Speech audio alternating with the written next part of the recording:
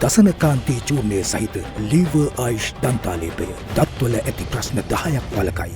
IMF staff and the authorities have reached staff-level agreement to support Sri Lanka's economic policies with a 48-month arrangement under the so-called extended fund facility of about $2.9 billion. The arrangement is subject to the approval of IMF management and the IMF executive board in the period ahead and is contingent on the implementation of a number of so-called prior actions by the authorities, as well as receiving assurances from international partners, including bilateral and private creditors, on their financial commitments in support of the program. This staff-level agreement is only the beginning of a long road ahead for Sri Lanka to emerge from the crisis. Now, because Sri Lanka's debt is assessed to be unsustainable, debt relief from Sri Lanka's creditors will be required to ensure debt sustainability.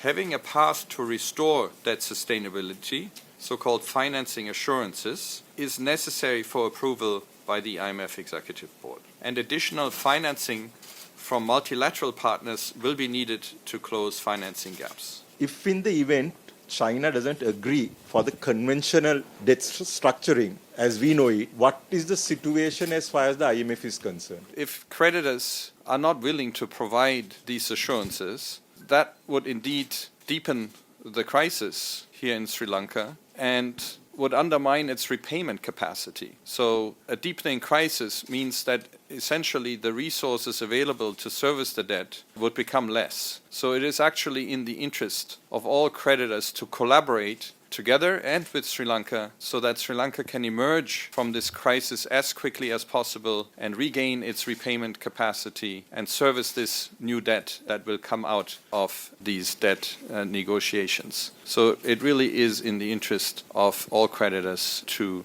work with Sri Lanka on this front. In the disbursements period, will it be equally distributed like about $750 million per annum? Will the disbursement will come like that, or the first tranche will be a major share? The so-called extended fund facility agreed with between us and the authorities extend for 4 years. Then the total amount is distributed across over these 4 years. And the first disbursement will come at the time of IMF board approval, which is subject to actions, as Peter mentioned. And then it's going to be distributed across program period, and each disbursement is tied to the successful review by the executive board. $2.9 billion is contribution from the IMF. Usually IMF program comes with other financing from multilateral creditors. We call it catalytic effect. That will add to our contribution of $2.9 billion so that the program financing actually larger than $2.9 billion. The IMF mission team for Sri Lanka added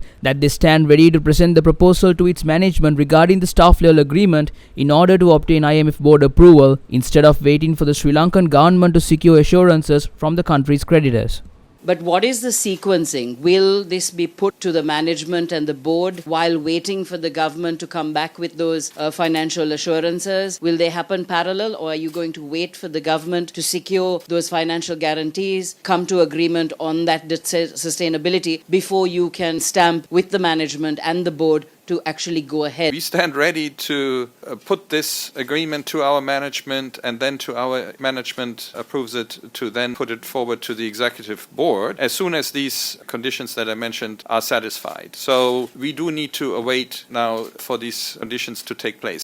Is this $2.9 billion over this many months, is this sufficient for Sri Lanka to sustain itself? The answer is yes. And I would like to highlight that catalytic role of IMF supported program that will also provide confidence to our multilateral lenders, and that should be able to provide financing for the duration of the program. Senior IMF mission chief for Sri Lanka, Peter Brewer, then explained how any delays in acquiring creditors' assurances would impact the Sri Lanka's economic crisis.